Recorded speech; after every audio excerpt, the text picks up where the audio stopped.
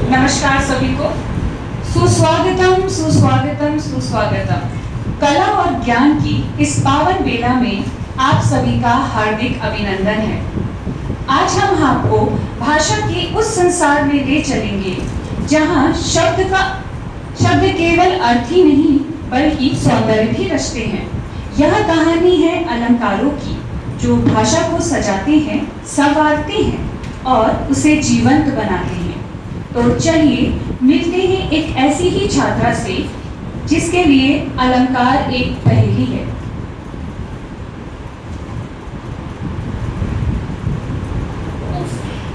ये अलंकार, अनुप्रास, उपमान, रूपक कुछ समझ नहीं आता।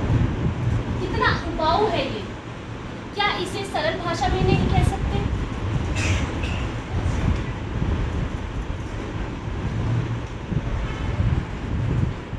यही सोचते सोचते और परेशान होकर मीरा थक कर सो जाती है और तभी उसके स्वप्न में भाषा रानी का आगमन होता है।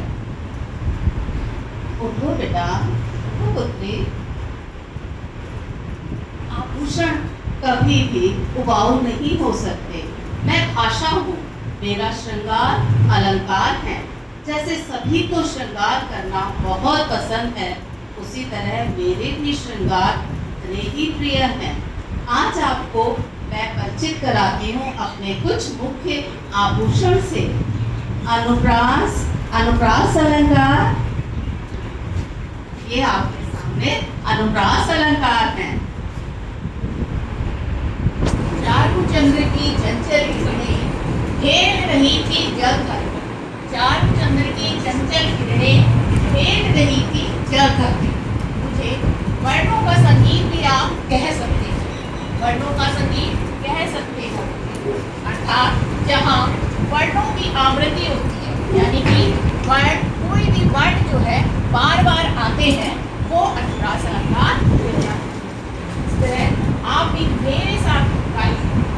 रघुपति राघव राजा राम, पतित पावन सीताराम। रघुपति राघव राजा राम, पतित पावन सीताराम। अरे ये कितना सरल है। जहाँ एक वर्ण की आवृत्ति दो या दो से अधिक बार होती है, वहाँ अनुप्रास अलंकार होता है। मैं तो बहुत ही मुश्किल में थी पहले। मेरी समस्या का समाधान किया गया। धन्यवाद। बहुत खूब मीरा। अब मैं अपने दूसरे आभूषण से मिलवाती हूँ, उपमा अलंकार, जो बहुत सुंदर है। बेटा मीरा, जहाँ पर भी मेरा कार्य है समानता या तुलना करना। जब भी किसी वस्तु की तुलना किसी प्रसिद्ध वस्तु से की जाती है ना, वहाँ पर मेरा वास होता है। और मैं अपने साथ सा, से, सी, सम ऐसे शब्दों को अपने साथ ही रखती हूँ। आप जैसे हम कहते हैं ना कि मीरा का मुख चंद्रमा के समान सुंदर है, तो यहाँ कौन सा अलंकार होगा? क्योंकि चंद्रमा के समान सुंदर है, हमने शब्दों का प्रयोग किया। ठीक है। और बेटा तुम्हें फिल्मों की बात तो समझ में आती होगी ना, तो आप लोग भी मेरा साथ देंगे। ये चांद सा रोशन चेहरा, जुल्फों का रंग सुनहरा, ये झील सी नीली आंखें, कोई राज है इनमें गहरा। करूं क्या उसकी, किसने तुम्हें बनाया। ठीक है बेटा? जी, मुझे समझ में आ गया। जहाँ दो वस्तु की तुलना की जाती है, वहाँ उपमा अलंकार होता है। बहुत सुंदर मीरा, बहुत अच्छा। अब मैं अपने तीसरे आभूषण से मिलवाती हूँ, रूपक अलंकार।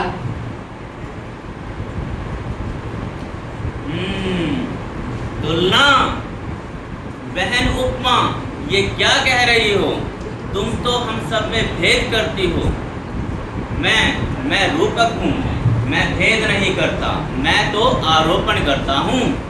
जैसे मैया मैं तो ले हूँ चंद्र खिलौना, जैसे मैं चांद सा खिलौना नहीं लेना चाहता, मैं तो चांद रूपी खिलौना लेना चाहता हूँ, इसलिए मैं रूपक हूँ। अरे वाह, जहाँ एक रूप दे दिया जाता है वहाँ रूपक अलंकार होता है। बहुत ही अच्छे। हाँ, रूपक अलंकार में गहराई होती है, गंभीरता होती है, ऐसा सौंदर्य है रूपक अलंकार का। अब मैं अपने 5वें अलंकार से मिलवाती हूँ, अतिशोक्ति अलंकार, जो मुझे बेहद प्रिय है और बहुत मनोरंजक है। हा हा हा हा हा।